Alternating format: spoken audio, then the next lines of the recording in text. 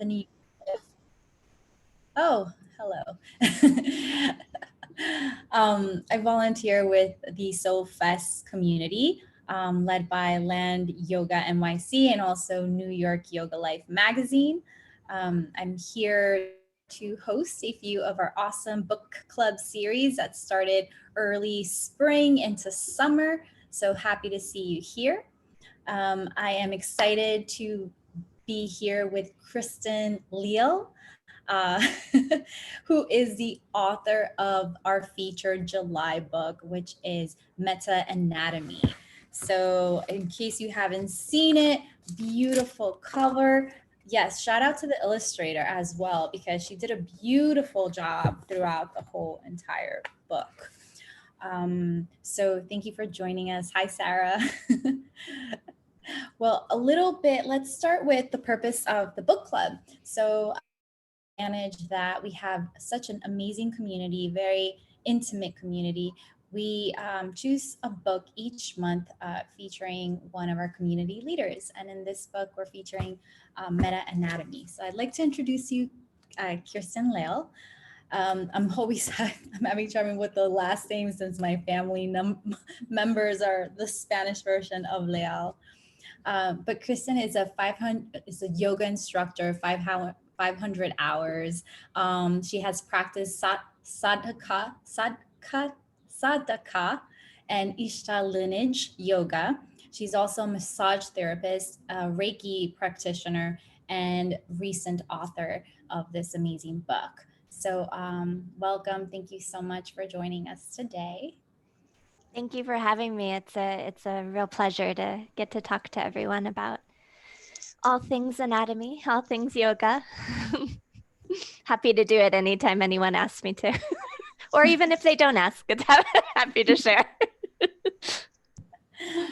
So to start our session, we have about 45 minutes to an hour.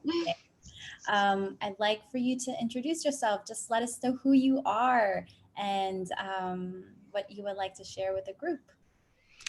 I am Kristin. Think I'd consider myself mostly as a student, just a really dedicated student of the practices of yoga and about just understanding myself as a form and myself as formless as it moves through these practices. So I'm really excited to bring this work out. The book is coming out next week. It's in pre-orders now, and I'm just happy to share the love, share the yoga anatomy love with people. Beautiful, thank you. And where are you located today, or where are you based from? Yeah, based in New York City, here in the East Village Anatomy Palace, or studio apartment. Used to travel before COVID days. I hope to travel soon again to get to some other parts of the country or the world. But right now, just hanging out in the East Village. Yeah, enjoying New York, coming back to life is great, and being once again socialize and so forth. Well, I just want to say thank you. This book was really awesome in making it really the humor. It was a great way of actually talking about the anatomy, and not just only muscles and bones, but how that connects um, not to around it, and how that can totally affect our daily lives. It was a very interesting take from the regular yoga 101 on anatomy. So it was very refreshing, and appreciated again each chapter and its fun ways of explaining the analogies of what your topics were. I'd like to start, if this is okay with you, to set everybody in the mood and to get a gist of what the book is about. Centering us, a little small technique or practice that we can take from your book on how we can apply anatomy and the energetic level so we can all enter that space. Sure, sure. So if you're willing, you can come to a good seat in your desk chair or your couch cushions, whatever you happen to be sitting on. And just if it feels like a good idea for you, to close your eyes. Sometimes when we're looking to get a little bit more of a look at the internal landscape, it's helpful to have the eyes closed. So if that's comfortable for you, close the eyes.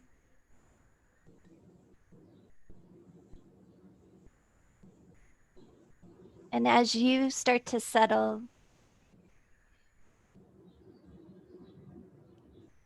I always have this image that pops up. It's like you've been shaking up a snow globe all day long and you get to put it back down on the shelf and you just watch things settle both around you and inside of you. And as it does, you just see with a little greater clarity. You see what's inside.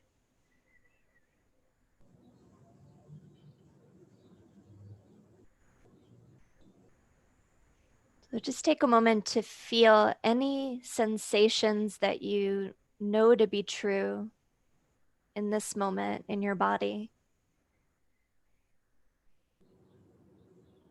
Whether it's the warmth on your skin or a certain area that feels a little uh, finicky, tight, spacious.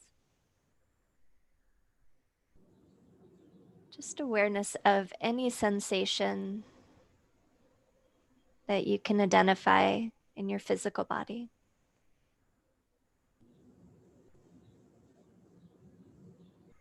No particular need to change it or fix it to something more yoga-like, something more holy. Just awareness of your physical body.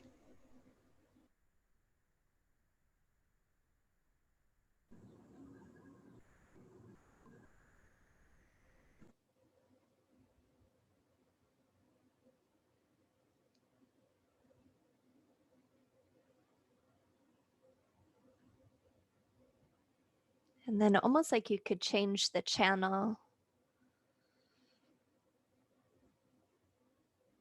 Awareness of the breath moving in and out of the body.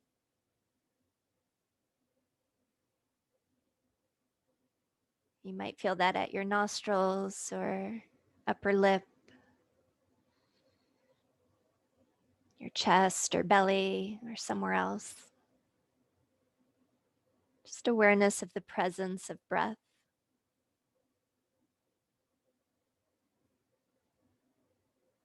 both outside of you and inside of you.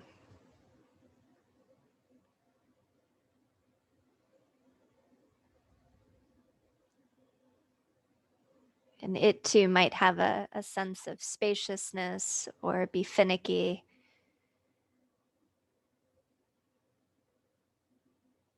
No need to change it, just awareness of breath.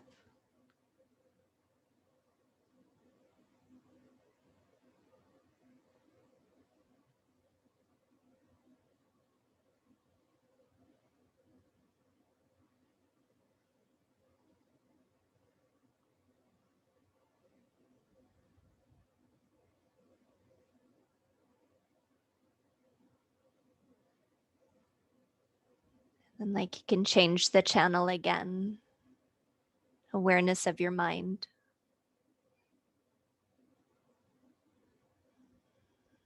Whether it's spinning from one thing on your to-do list to another, whether it's kind of falling away and daydreaming.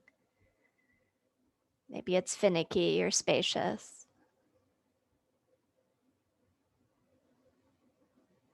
Just awareness of mind in this moment.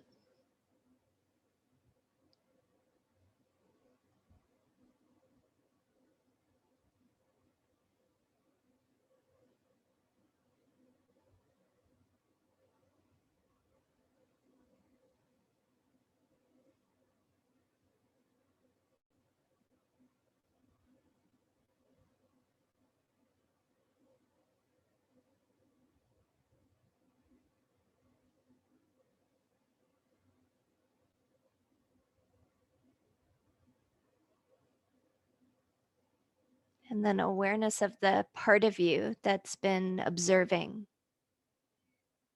the sensations come and go in the physical body.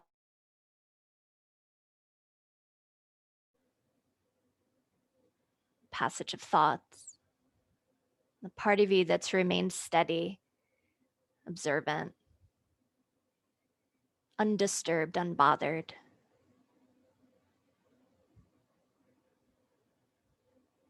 Part of you that is just pure potential, both being and becoming.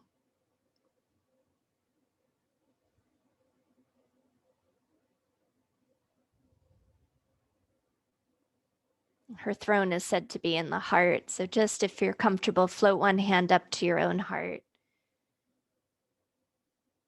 You feel the interaction of the heat of your body, the sensation of your hand on your chest, passage of the breath, the pulse in the vessels, your own emotional state, and the part of you that's unwavering.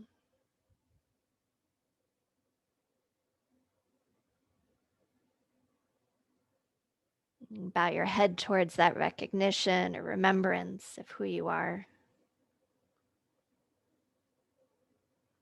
Take a deeper breath in and out in honor of her.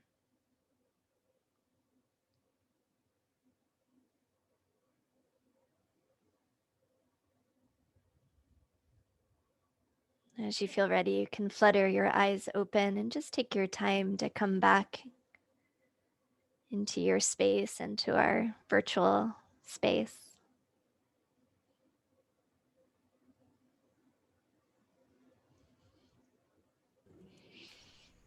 Thank you so much, Kristin. That was lovely.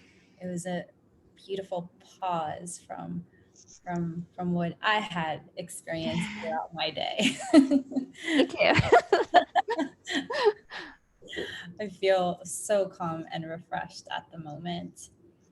So Kristin, tell us, how did you get into this whole journey of passionately following anatomy? Was it something that was instilled in you? Did yoga ignite that, or was it something that just crossed your path and you kept on exploring?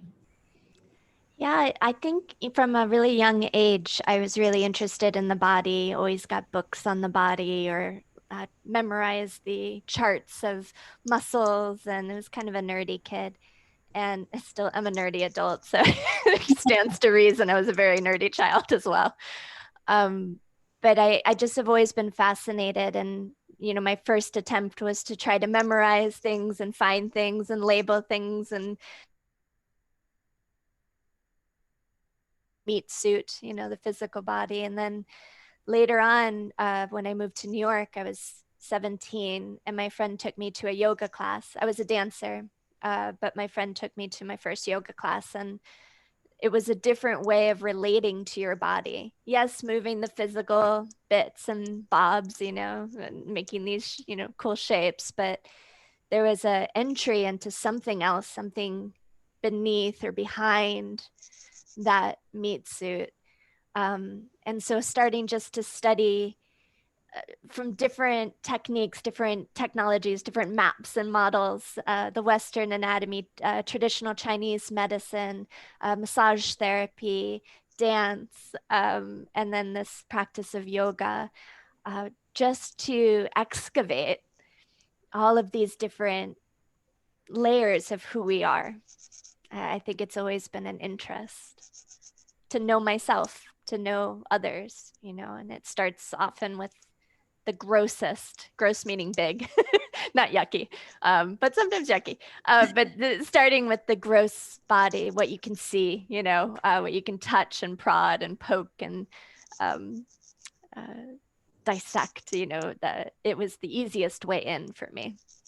Made the most sense in the beginning. Thank you. Yes, yoga is that experience that opens up a new dimension, a new door that was dormant before in my experience and what I hear from you, adding curiosity to know more.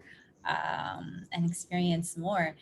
In my case, I remember pranayama. I didn't really even think about it being such an important aspect of yoga because I was so caught up in asana and of Yeah. movement. And in relation to anatomy, how important it is to also be aware of your breath, and how that all impacts your system. So that was interesting of what you mentioned with the meat suit about it's not just the physical, but it's also how we maintain that awareness as a whole to benefit Right. each and every part of our body, of our composition, per se. Right. Because it can't ultimately be separated. I think, our minds, one of my teachers, Gil Headley, likes to say, the mind will insist on duality, Hmm. but duality does not exist, right? So our mind will try to separate. I am playing the part of speaker now. My box is lit up, and you are playing the part of listener right now, or I'm playing the part of girl, or I'm playing the part of meat suit. Like we like to separate to make sense of the world, to make sense of our place in the world. But as we kind of move into a quieter state, we start to recognize that you can't separate the meat suit from the breath. If I take a deep breath, it's moving my meat suit around, right? If I take a deep breath, it changes my physiology, it changes my chemical, it changes my nervous system, and it changes how I appear to you, right? Breathing like this has an appearance to you. You might get a mood from that. If I'm breathing like this, you might get a mood from that, right? It changes our relationship. Hmm. And I think when we start to recognize that everything is connected in this microcosm of me, right, Hmm. then it becomes not a big leap to go, oh, well, everything is connected. You and me are connected, right? Interconnected, interdependent, right? It becomes much more like tangible, that understanding. Yes, completely. In your book, which in this page where you actually mentioned, so the physical body, so your muscles, but also your nervous system. And I did not get an A in science class, but but it's always great to see like the graphics and saying, okay, the nervous system is divided into the central nervous and then the peripheral nervous system, and attached to them, one is focused mostly on the brain and the spinal, and then the other one is really about how we work automatically. So I'd like to kind of talk a little bit about how these systems, nervous system, really interacts with the physical body, and also how that all adds up to the energy element. Because especially during the time that we've been experiencing where we've had more stress than ever before, and I've heard from people about like body aches, whether we're, to your point, sitting too much at our desks, or not being able to socialize, or different aspects, how those three elements are connected. Yeah, it's become really hard to um, disagree with these days. Like we see the effects of life on our nervous system, on our bodies, on our relationships, on our finances, on our like everything, right?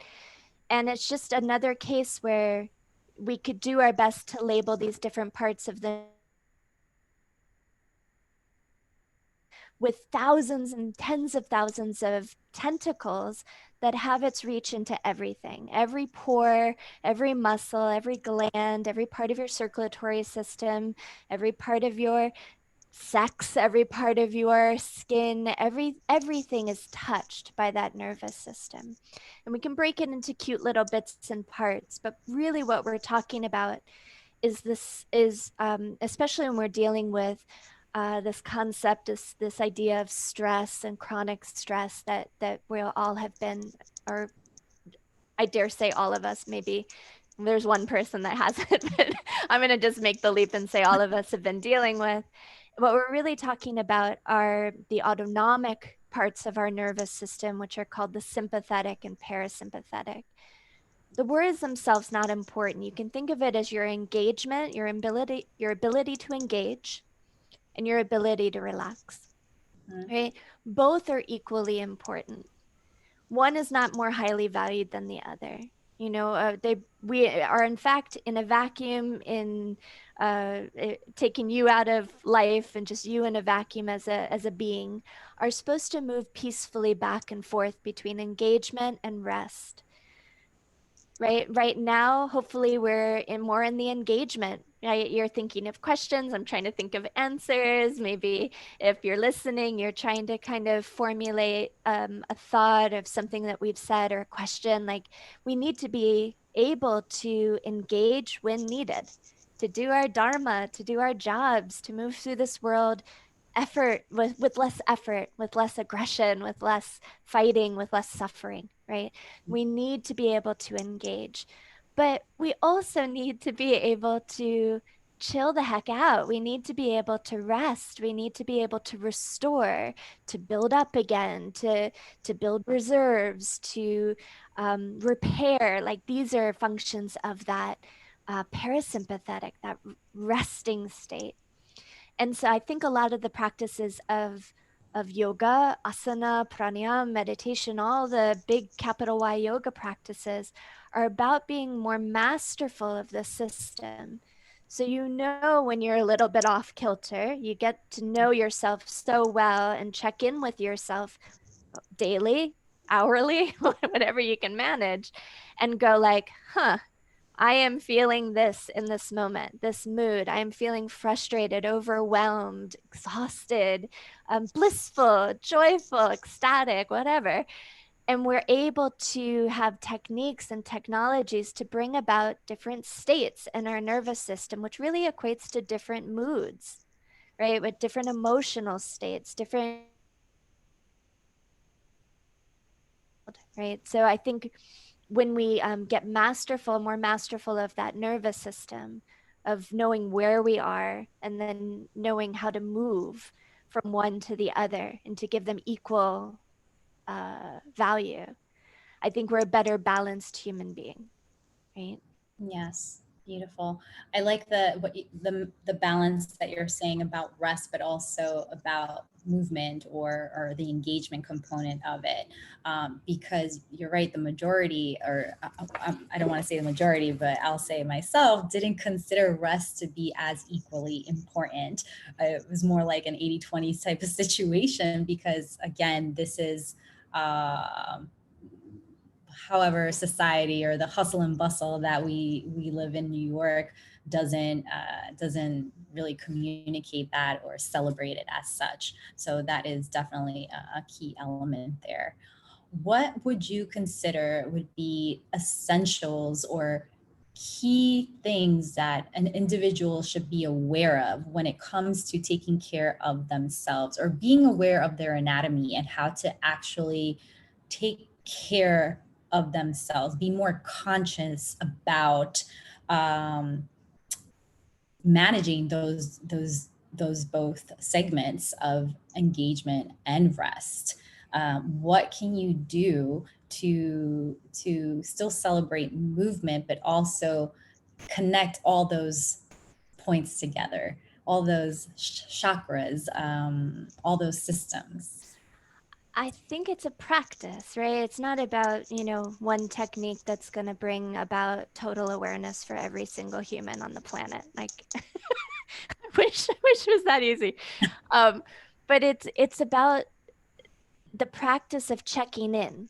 So sometimes it's just as simple as, if you want something more like finite or tangible, I sometimes just take my hand to my heart if I'm just running away with myself, in my mind or in my emotions or with work, or 6 hours of Netflix. If I all of a sudden like rear the horse and I go like, what is happening? What am I actually feeling right now? Sometimes it's really helpful just to put your hand on your own heart and feel. and immediately I get even a little bit teary every time I do it, because it's just a moment of, you feel the beat of your heart, you feel the vulnerability of this organ, right? Of these vessels, of this fleeting breath that's moving in and out. And then you feel your emotions like, oh, actually, right now I'm hungry. I haven't eaten in 6 hours. And that's why I'm feeling, ticked off at the world, or, oh, I'm watching, or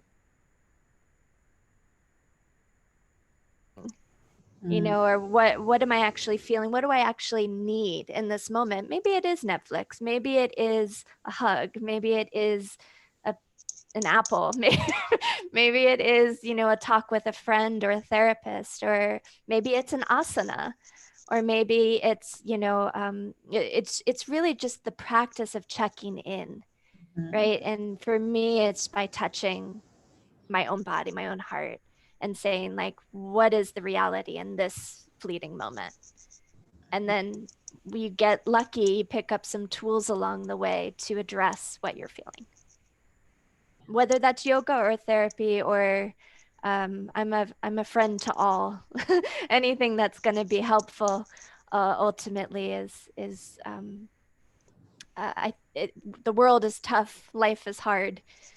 Pick up as many tools as you can, and friends, and to share them with along the way, and I think that's gives us the best shot at balance. Correct, agree. You mentioned earlier that it wasn't about, sorry, you made me think of friends and balance. Actually, again, the exploration piece of it, it's about you're your own project and actually working towards discovering what is it, bringing awareness to what it is that you need to work on, or what it is that you need to bring about, the positive and also the things that you're hiding behind that you haven't even dug into. So Yeah. And it's not necessarily having to work on, like, we're not an endless DIY project, DIY project, right? Because I fell into that trap for a couple decades of, like, how do I get better? How do I look better? How do I feel better? How do I move better? How do I breathe better? How do I learn the better techniques? And it's, that can also be a trap. And not so cause a lot of suffering, right? Because you're never there.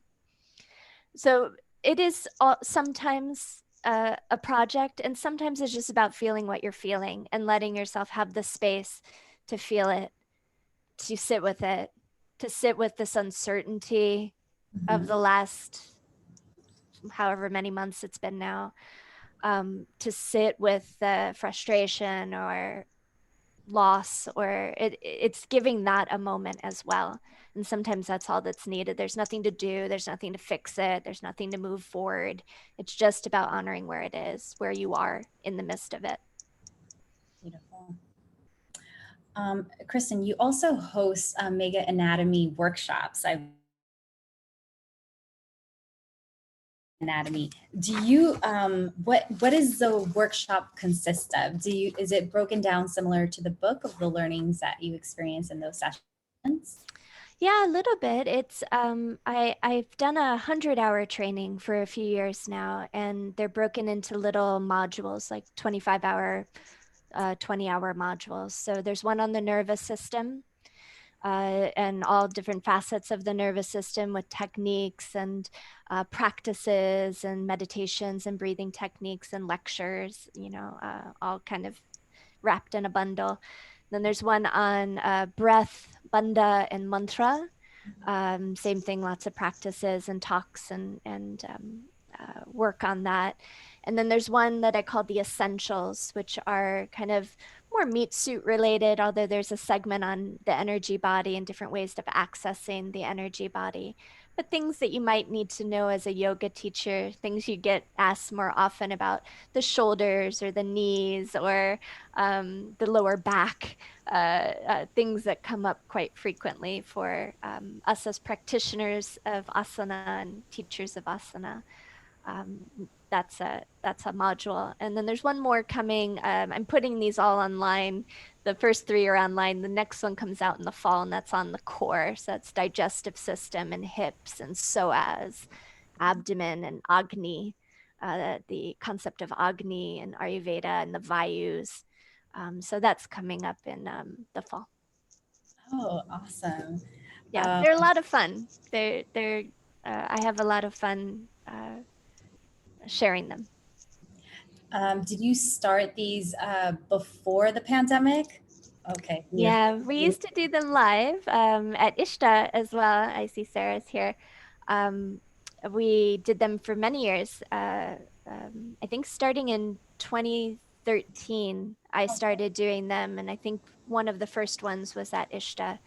And then just this last year and a half, I've been putting them online so I could, still share them and people could still have access, if uh, they lived out of town or they lived in different areas that going to a studio may not be uh, available to them.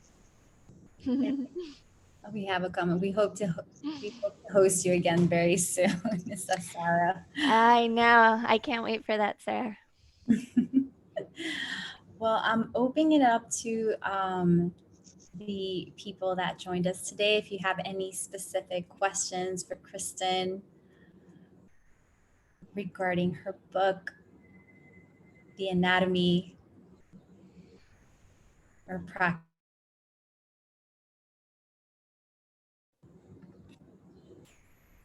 you can write it down on. Okay, we have a question here. Do you feel yoga teacher training include enough anatomy? No. Answer. Well, because I believe you're never done learning. It doesn't include enough asana. It doesn't include enough meditation. It doesn't include enough philosophy. It doesn't include enough practice teaching. It doesn't, because it's 200 hours. It's an introduction. It's a start. And I've been lucky to be involved in, I don't know, maybe 50 different 200-hour studios, different ways of putting together 200-hour programs. And there are definitely a spectrum, ones that are doing a really amazing job, and then some that, are a little lacking, perhaps, in my humble opinion. But, Ishta is one that's doing it right. I'm not just saying it because my boss is here. Uh, but it's just 200 hours, so you can only get a taste. It's to whet the appetite. It's to give you a foundation of vocabulary, right? And to spark relationships, and to spark this kind of, to light this kind of fire in you and your own practice so you can keep evolving. But I think most 200-hour programs that I've been involved with will say that it's just the first step in a decades long study. There'll be a 300, and then there'll be another 100, and then there'll be workshops, and then there'll be books and lectures and learning and unlearning for hopefully your whole life. I've taken several myself and continue to take different trainings and workshops. I hope I'm never to the point where I think I'm done, because it won't be true. Who are some of your mentors when it comes to learning about anatomy? Oh, yeah. Well, the practice of yoga and anatomy, I have a hard time kind of pulling them apart. I think if one teacher, of course, is Gil Headley, amazing, very poetic way of looking at anatomy. He also believes and sees and expresses the interconnectedness of things. He's not about kind of separating, and like he's into the reverence of this whole form and movement. So he's definitely a huge influence. And I think my main teachers would be Yogi Raj Allen Finger from Ishta, from Para Yoga, and both teachers have lit different areas of understanding or curiosity in me, continue to do that for me.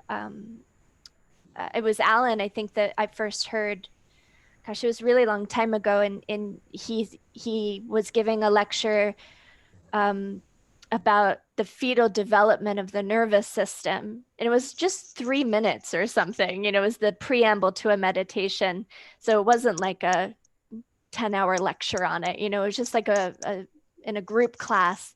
But he said just these 3 minutes about the nervous system and the fetal development. And I was like, I actually like hit the person next to me who brought me to that class, who was studying to be a doctor. And I hit him and I was just like, well, here it is, like this is something, like I'm going to be in this for a while. And so that kind of was exciting to start linking or viewing the energy body as not so distinct or separate from the physical body, right? That they're just different maps and models, different ways into the form. So that's, and he did it with a laugh, and he did it with some jokes, which I always appreciate, Being that, thank you from Monica. Thank you. I am really looking forward to delving into the book. I'm a fan of anatomy. I pursued further learning in anatomy and physiology during a physical therapist assistant program, greatly enhanced my personal practice and gave new food for teaching in a deeper way. Yeah, Monica, thank you for that. Yeah, everything that we're doing, Gil sometimes looks, he shows slides of water that he walks by, like the waves in water, and he gets inspired by that and the waves in the fascial body. Or he'll look at a tree and say, like, well, doesn't this remind you of the branches of the circulatory system? Or so I think everything that we do in our day, in our practice, in our own kind of internal study is fuel for the teaching, is food for the teaching, so it's like new experiences that you can have and embody and kind of chew and digest, and then you can offer them as real. Monica. So that's for Oh, we have another question. What is the most common anatomy questions you get from teachers? Why do we have to study this? Really? Sometimes, it's funny, like when they first come in, sometimes there's just trepidation about it. There's just a feeling of, oh, I'm going to have to, maybe they don't feel like they were good at science in their previous studies, or they don't have a mind for it. We tell ourselves all sorts of things that sometimes they come in and think I'm going to be lecturing them and telling them the origin and insertion of every muscle and da, da, da, da, da. And they'll have to memorize and learn Latin. And so sometimes it's just overcoming that hump of, no, this is the study of how freaking amazing you are, and how this relates actually to yoga, to the philosophy of yoga. It's not separate. It's not like we're going to come and talk about muscles for 2 hours and then you're going to have a philosophy lecture. It's all really about the same thing. It's about knowing yourself and knowing you are not separate, right? So it's really just getting over that first hump, those first questions, the first kind of like, and then we can get into the good stuff, right? The knowable stuff, the story of you, we can start unpacking. So speaking about anatomy with yoga teachers and the yoga community is one thing, but you're also a massage therapist. So maybe once in a while you do have either patients or visitors or customers that are not in this realm per se of how to connect body with energy and so forth. How have you had an experience where you've had to pretty much share your yoga philosophy to a a person that has come for a massage therapy per se, and how do you manage that communication about mindfulness, awareness, and the connection to body and mind and beyond that? Yeah, I think, it's just different language. We may not be talking about you know, the seven chakra system or the Vedanta philosophy of, we may not be using that language, but any practice where you get quiet. So whether it's a yoga practice or a massage, any time we get to space that forms, right? That rises, I should say, from that stillness, right? That kind of space that you move into. People are curious. Maybe it's one of the few times they experience that in their day or week or year or decade, right? But when they taste that, they want to know more often of, well, what was that? How do I get back there? What is that? How would you describe that? I'm not there all the time. I'd like to be there more. How do I get there? Right. And then it's just about finding ways to meet people where they are, to help them. You're not teaching, really. You're not giving them something. You're just showing. It's like a map. You're going, well, this kind of works for me. If you take a left up here and you do this, or you do this kind of journal or whatever, like, this map worked for me. Here it is. Try. Report back. Let me know how it goes. No, it didn't work. All right, I have this other map. You go here and you turn right. You head around the nonsense, and then you go this way. It's just really about giving people maps, right? And to help them find their own way, right? Yes. Okay, comment from Angela. This is just a beautiful way to discuss and embrace a wonderful body.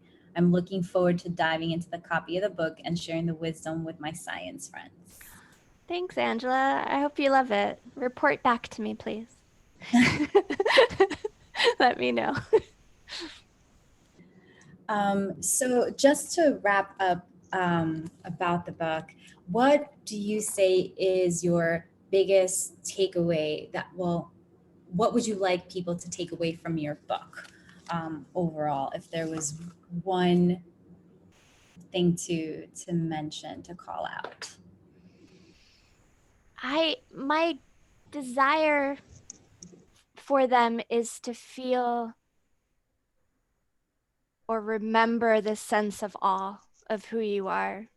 There's plenty of times where we feel that there needs to be something fixed or something broken, or my hip hurts and my can't do pigeon, or like, what, or meditation's hard, or there's plenty of that. But I want them to hold the book and spend some time also just acknowledging just the utter awesomeness that is your form, that is your life here, that is your opportunity in this moment, in this body, to connect to something that's even beyond this moment.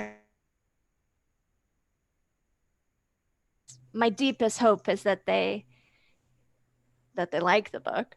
My second deepest hope is that they leave with just a greater sense of awe, because that's the closest thing to joy that I know. Thank you so much for sharing your passion on the subject, for sharing your experience and your knowledge. We appreciate you. And if anyone has any other comments or questions to add, feel free to share it on the chat. We're also adding the link to pre-order the book if on the chat, so feel free to copy and paste it. And we'll also share the your website for all your information, right? KristinLeal.com. Yeah, just my name, KristinLeal.com. There's a way to email me too from there if you have any questions that you didn't want to ask in public or anything like that. Please reach out at any time. I'm very findable. Comment from Heather. Thank you. So excited to read the book and see the illustrations. Thank you, Heather. Yeah, before we go, just the illustrations by Lauren Rebeck are fantastic. I actually found her through New York Yoga Life magazine. I picked up a copy one day looking for an illustrator, and I was like, I don't know where I'm going to find someone. And I flipped it open, and I was like, well, that's it. That's exactly what. And I just fell in love with her, and she's really amazing. And the illustrations, I think it was important for everyone involved. Of course, her and myself, but the publisher as well, that it really showed a really wide idea or concept of what a yogi is, because I think in many other yoga books that I've seen over the previous couple decades, it's very singular, the type of body that's shown or person that's shown. So I'm really excited by her illustrations that maybe open it up to other people that haven't seen themselves in a book on yoga before. Yeah, the illustrations were a great complement to also your language of explaining the chapters and the topics. So it was beautiful. Yeah, she's super talented, Lauren Rebeck, if you're ever in need. Thank you so much. Appreciate again your time, your book. Links on the chat for everybody who would like to copy and paste them. And we'll all stay connected via SOULFest Revolution and through your Instagram handle.